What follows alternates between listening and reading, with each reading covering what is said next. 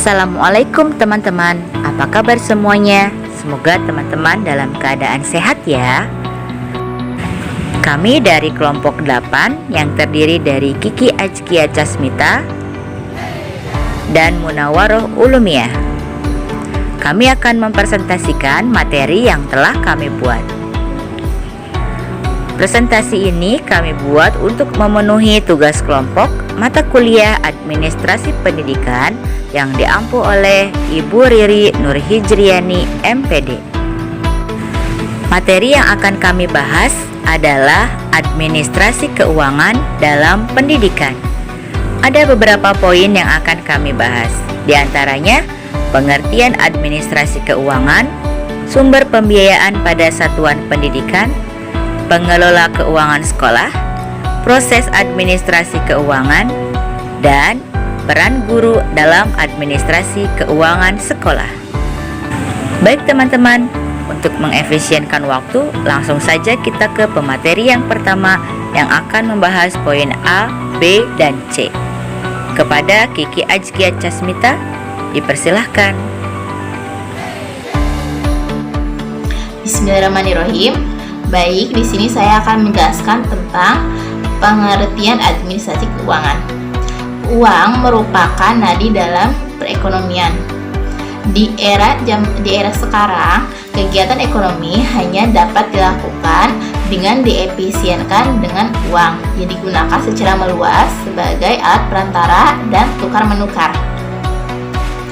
Oleh karena itu, perlu adanya aturan yang mengatur tentang keuangan. Biasanya ini dilakukan oleh administrasi keuangan sekolah.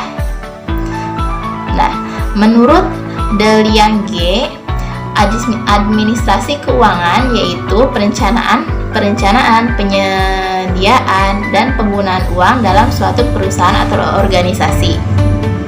Adapun menurut Albert, administrasi sekolah didefinisikan sebagai seni dan ilmu pengintegrasian secara fisik kreatif, ide-ide, material, dan orang dalam satu kesatuan organik atau unit yang bekerja secara harmonis untuk mencapai tujuan yang diharapkan. Selanjutnya yaitu poin kedua tentang sumber daya pembiayaan satuan pada pendidikan. Dalam Undang-Undang Nomor 2 Tahun 1989 tentang Pendidikan Nasional, bahwasannya pengadaan dan penggunaan sumber daya pendidikan dilakukan oleh pemerintah, masyarakat, atau keluarga pendidik. Yang pertama itu dana dari pemerintah. Dana dari pemerintah disediakan melalui jalur anggaran rutin. Besarnya dana yang dialokasikan dalam DIK biasanya dialokasikan berdasarkan jumlah dari peserta didik. Yang kedua yaitu dana dari orang tua. Dana ini dikenal dengan istilah iuran komite, iuran sekolah mungkin yang seperti itu. Besarnya sumbangan yang harus dibayar orang tua sisa ditentukan oleh rapat komite sekolah. 3. Dana dari masyarakat. Dana ini merupakan sumbangan sukarela yang tidak mengikat dari anggota-anggota masyarakat sekolah yang menaruh perhatian terhadap kegiatan pendidikan. Baik, kita lanjut ke poin yang ketiga yaitu pengelolaan uang sekolah. Nah, pengelola keuangan adalah orang yang bertugas mengelola keuangan sekolah. Orang tersebut disebut bendahara. Nah, jadi yang mengelola uang sekolah itu tidak sembarangan orang ya Bu ya. Tidak misalkan bulan ini dipegang sama si A, bulan besok dipegang sama si B. Tidak ya Bu. Jadi hanya khusus satu orang, yaitu disebut dengan bendahara. Bendahara di sini mempunyai tugas antara lain yaitu memegang buku uang kas, memegang buku kas pembantuan umum, buku bank, buku pajak registrasi SPM, membantu laporan arsip laporan keuangan. Jadi nanti itu pengeluarannya berapa, pemasukan berapa. Jadi di sama bendahara itu dipegang semuanya agar nanti ketika dibutuhkan arsip keuangannya itu ada, seperti itu. Kepada Teh Kiki, saya haturkan terima kasih. Baiklah teman-teman, selanjutnya kita ke pemateri yang kedua yang akan memaparkan poin selanjutnya. kepada Munawaroh Ulumiyah, dipersilahkan. Terima kasih kepada moderator. Di sini saya akan membahas tentang proses administrasi keuangan dan juga peran guru dalam administrasi keuangan di sekolah. Yang pertama yaitu proses administrasi keuangan. Ada 3 tahapan dalam proses ini. Yang pertama perencanaan, yang kedua pelaksanaan, dan yang ketiga pelaporan dan pertanggungjawaban. Apa itu perencanaan dalam proses administrasi keuangan? Yaitu merupakan proses tindakan untuk menentukan masa depan sekolah yang tepat dengan memperhitungkan sumber daya yang tersedia. Di dalam perencanaan meliputi RPS dan juga RKAS. RPS adalah rancangan pengembangan sekolah yang merupakan salah satu wujud manajemen sekolah yang sangat penting yang harus dimiliki oleh sekolah sebagai panduan menyelenggarakan pendidikan baik jangka pendek, menengah maupun jangka panjang. Nah, selain RPS ada juga RKAS atau rencana kegiatan dan anggaran sekolah, yaitu pembiayaan atau pendanaan kegiatan sekolah selama 1 tahun anggaran.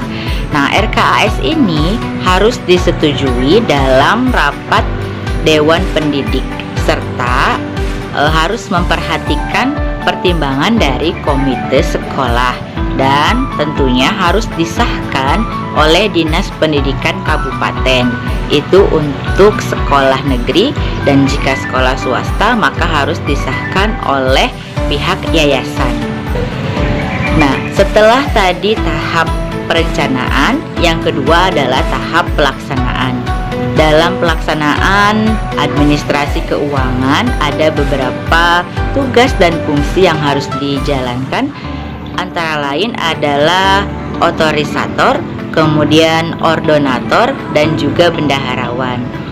Otorisator adalah seseorang yang diberi wewenang untuk mengambil tindakan yang mengakibatkan terjadinya penerimaan dan pengeluaran keuangan. Nah, sedangkan ordonator adalah seseorang yang berwenang melakukan pengujian dan memerintahkan pembayaran atas segala tindakan yang telah ditetapkan oleh otorisator. Nah, yang terakhir yaitu bendaharawan adalah seseorang yang berwenang melakukan penerimaan dan juga pengeluaran uang atau surat-surat berharga lainnya, dan tentunya harus membuat perhitungan dan pertanggungjawaban. Tahap selanjutnya setelah perencanaan dan pelaksanaan, yang terakhir adalah pelaporan dan pertanggungjawaban. Penerimaan dan pengeluaran di sekolah tentunya harus dilaporkan dan dipertanggungjawabkan secara rutin sesuai peraturan yang berlaku, tentunya dengan menggunakan administrasi yang baik dan sistematis. Baik teman-teman, tadi kita sudah bahas tentang proses administrasi keuangan. Selanjutnya kita akan bahas peran guru dalam administrasi keuangan di sekolah. Penanggung jawab biaya pendidikan tentunya adalah kepala sekolah. Namun demikian, guru juga diharapkan untuk ikut berperan dalam administrasi keuangan di sekolah. Ada beberapa peran guru dalam membantu kepala sekolah dalam mengerjakan administrasi keuangan. Yang pertama, membuat file keuangan, kemudian membuat laporan, kemudian membuat pembukuan penerimaan dan juga penggunaan keuangan. Selanjutnya membuat laporan dana pembangunan, kemudian membuat laporan rencana anggaran pendapatan bantuan sekolah, kemudian membuat laporan bantuan operasional sekolah, dan menyimpan serta membuat arsip peraturan keuangan sekolah. Mungkin itu saja teman-teman yang dapat saya sampaikan. Saya kembalikan ke moderator. Terima kasih teman-teman karena sudah menyimak presentasi dari kami. Mohon maaf bila masih ada kesalahan dan juga kekurangan. Tak ada gading yang tak retak, tak ada yang sempurna kecuali Allah Subhanahu wa Ta'ala. Kesempurnaan datang dari Allah dan kekurangan itu bagian dari diri kami sendiri.